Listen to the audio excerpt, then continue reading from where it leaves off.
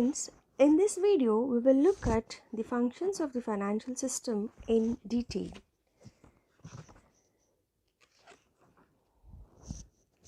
The financial system performs an interrelated functions which are essential for a modern economy, like it provides a payment system for the exchange of goods and services. It enables the pooling of funds for undertaking large-scale enterprises. It provides a mechanism for spatial and temporary transfer of resources. It provides a way for managing uncertainty and controlling risk. It generates information that helps in coordinating decentralized decision making. It helps in dealing with the incentive problem when one party has an informational advantage. Now we look at each of these points in detail. Depository financial intermediaries such as banks are the pivot of the payment system. Credit card companies play a supplementary role.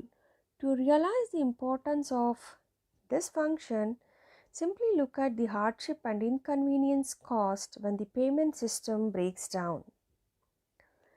Modern business enterprises require large investments which are often beyond the means of an individual or even of hundreds of individuals.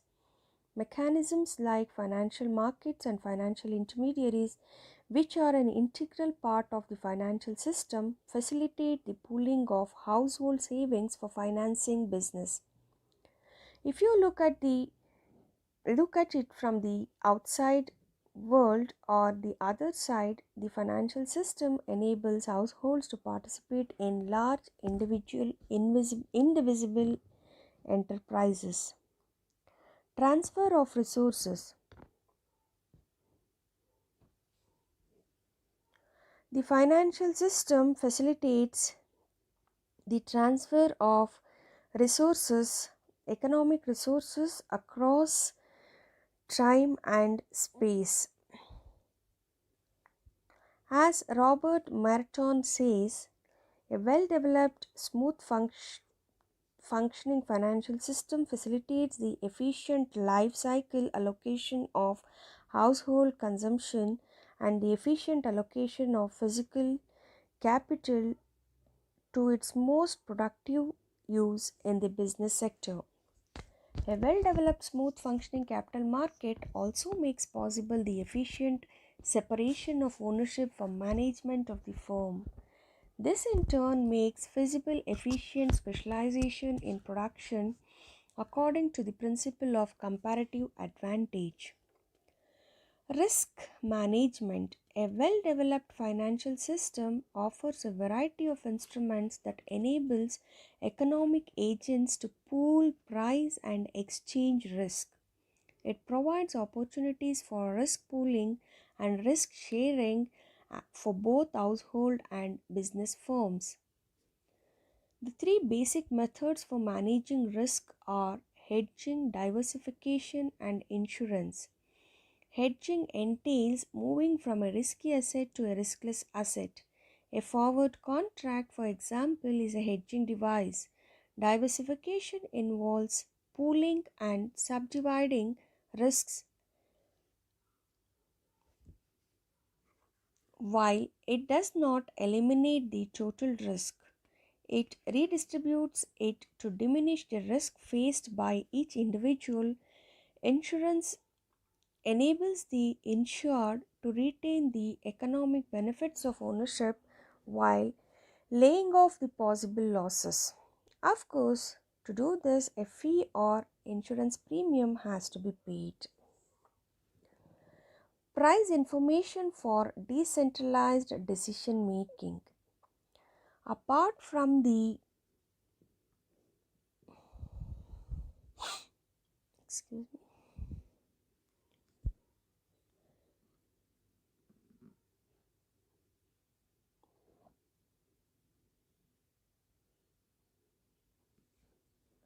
Apart from the function of facilitating individuals and businesses to trade in financial assets, Financial markets serve an important latent function as well.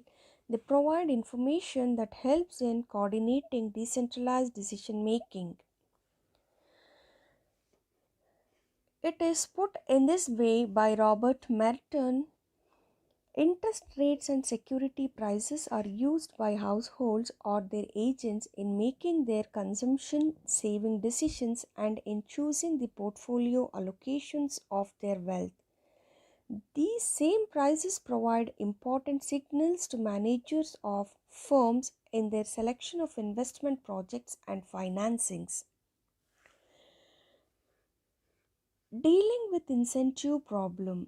When one party to a transaction has information that the other does not have, informational asymmetry exists. This leads to the problem of moral hazard and adverse selection, which are broadly referred to as agency problems. The nature of these problems may be illustrated with the reference to insurance. A person who has taken a fire insurance policy is likely to become somewhat negligent. This is the moral hazard faced by the insurance company. A person who is more likely to experience fire losses will be inclined to take fire insurance. This is the adverse selection problem faced by the insurance company. Financial intermediaries like banks and venture capital organizations can solve the problem of informational asymmetry by handling sensitive information discreetly and developing a reputation for profitable activity. Now, in this video, I will be briefing you about the financial institutions and the financial services, which falls under financial intermediaries. So, what does financial intermediary or who is a financial intermediary? Financial intermediaries are the firms that provide services and products that customers may not be able to get more efficiently by themselves in financial markets. For example, a financial intermediary is a mutual fund which pools the financial resources of many people and invests in a basket of securities. It enjoys economies of scale in conducting research, in maintaining records, and in executing transactions, and hence it offers its customers a more efficient way of investing than what they can generally do on their own. The important products and services of financial intermediaries are checking account, savings account, loans, mortgages, mutual fund schemes, insurance contracts, credit rating, and so on. So, we will discuss about what is the rationale behind financial intermediaries. That is, what are the benefits to individual investors when they invest indirectly through financial intermediaries rather than directly in operating companies? So, there are several advantages of doing so. So, what are these advantages? Diversification. The pool of funds mobilized by financial intermediaries is invested in a broadly diversified portfolio of financial assets, that is stocks, money market instruments, bonds, debentures, loans, etc. These individual investors can scarcely achieve such diversification on their own. And an investor also should remember that a diversified portfolio reduces the risk of investment. And the next benefit is lower transaction cost. The average size of a transaction of a financial institution is much higher than that of an individual investor. The transaction cost in percentage terms tends to decrease as the transaction size increases. Hence, financial intermediaries compared to individual investors incur lower transaction costs. Economies of scale is one of the advantages of making use of financial intermediaries. Buying and holding securities, or for that matter, granting loans and supervising them, calls for information gathering and processing and regular monitoring. These functions incurs cost. Financial intermediaries, thanks to their bigger size and professional resources, enjoy economies of scale in performing these functions, and hence they have a comparative advantage over individual investors. And the next benefit is the confidentiality. Companies seeking funds or the continuing support of existing investors are required to disclose information that they like to keep confidential for competitive reasons. They would feel more comfortable in dealing with few financial intermediaries rather than numerous individual investors. Information shared with financial intermediaries may be kept confidential, whereas information disclosed to numerous individual investors falls in the domain of public knowledge. And the last benefit, and not the least, is signaling. With greater professional expertise at their command, financial intermediaries can pick up and interpret signals and cues provided by companies which are. In this manner, financial institutions perform a signaling function for investing community. So now we will discuss about the key financial intermediaries. The key financial intermediaries in India are commercial banks, financial institutions, insurance companies, mutual funds, non-banking financial companies, and non-banking financial service companies. So, what are commercial banks? Commercial banks would be a public bank, that is the public sector bank, it would be a foreign bank, or it would be a private sector bank, which represents the most important financial intermediary in the Indian financial system. Public sector banks, led by the State Bank of India, came into being largely on account of nationalization of privately owned commercial banks. Presently, they dominate the banking scene in the country. They have contributed immensely to wider geographical spread and deeper penetration in rural areas, higher mobilization of deposits, and reallocation of bank credit to priority sectors. Foreign banks such as Citibank have been in India for a long time and they have been steadily expanding their operations.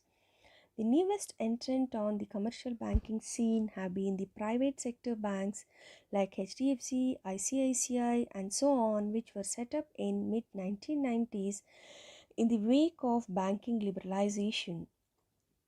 This segment has shown remarkable growth and vitality since the beginning.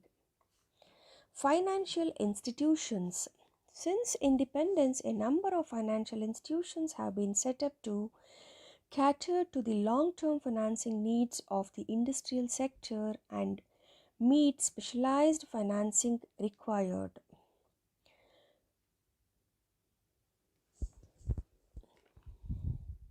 An elaborate structure of financial institutions consisting of all India term lending institutions like IFCI, ICICI, IDBI,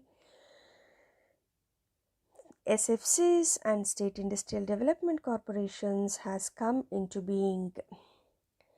There are many specialized financial institutions like Small Scale Industries Development Bank of India, Export Import Bank, National Bank of Agriculture and Rural Development, Shipping Credit and Investment Corporation of India, Power Finance Corporation, Rural Electrification Corporation, Infrastructure Development Finance Company, and National Housing Bank, so which are specialized in lending loans for different sectors.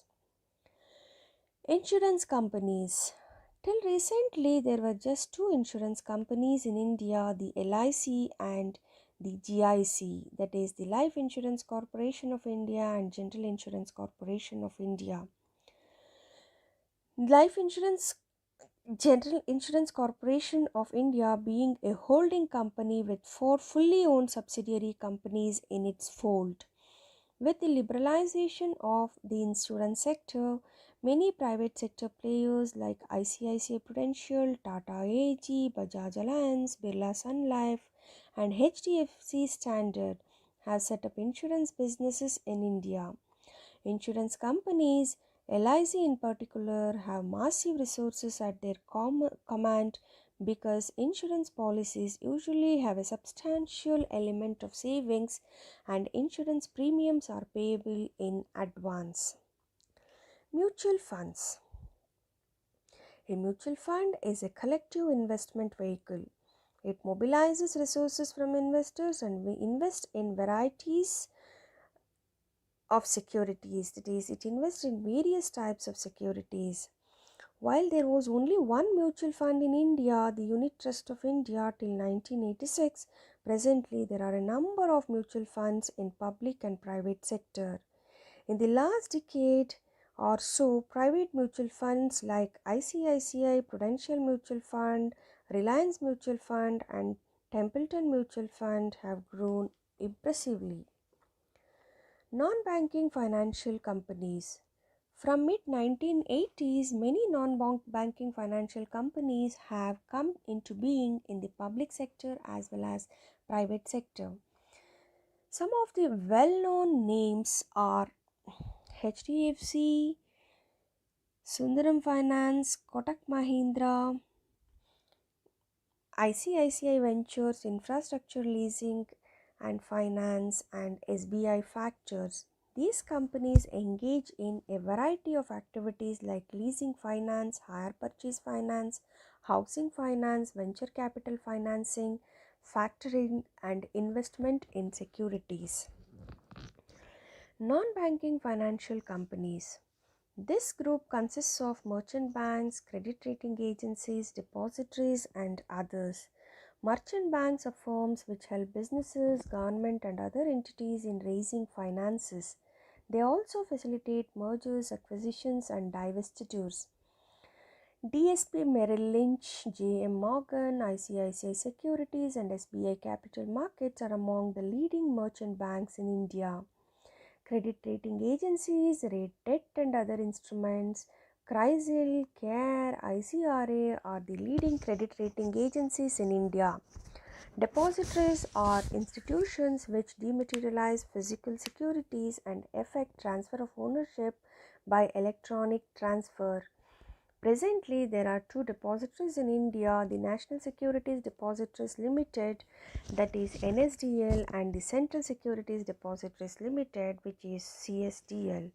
So friends, it is important for any finance manager to know about the different financial intermediaries and the financial services that are available in the country for an effective running of the business and for an effective decision making. Video, we will look at the various functions of the financial systems. The financial system performs an interrelated functions that are essential to a modern economy, like it provides a payment system for the exchange of goods and services. It enables the pooling of funds for undertaking large-scale enterprises. It provides a mechanism for capital and temporal transfer of resources. It provides a way for for managing uncertainty and controlling risk. It generates information that helps in coordinating decentralized decision making. It helps in dealing with the incentive problem when one party has an informational advantage. Friends, now we look at each point in detail. That is, it provides the payment system for the exchange of goods and services. Depository financial intermediaries such as banks are the pivot of the payment system. Credit card companies play a supplementary role. To realize the importance of this function,